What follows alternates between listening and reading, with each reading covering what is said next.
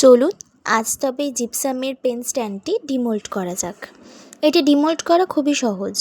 আমি যেভাবে ভিডিওতে দেখাচ্ছি সেভাবে ওপর থেকে আস্তে আস্তে প্রেসার দিয়ে জিপসামের পেন স্ট্যান্ডটিকে একটু আলগা করে নিতে হবে, যাতে সহজেই ওপরে চাপ দিয়ে পেন স্ট্যান্ডটিকে টেনে বার করা যায়। তবে হ্যাঁ, আপনারা যদি পেন স্ট্যান্ডটিকে টেনে বার করেন তবে মাথা এখানে ভেঙে যাবে না, খুব স্মুথলি এটা বেরিয়ে আসবে।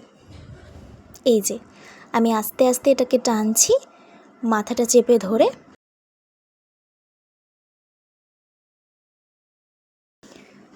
ব্যাস, খুব সুন্দরভাবে এটা ডিমোল্ড হয়ে গিয়েছে।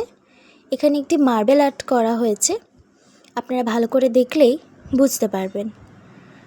এখানে বাবেলের ভাগটা খুবই কম এসেছে, তবে আমাকে আরেকটু ভালোভাবে ফিনিশ করতে হবে, এরপরে সিলার করব। এরকম ভিডিওর জন্য পাশেই থাকুন।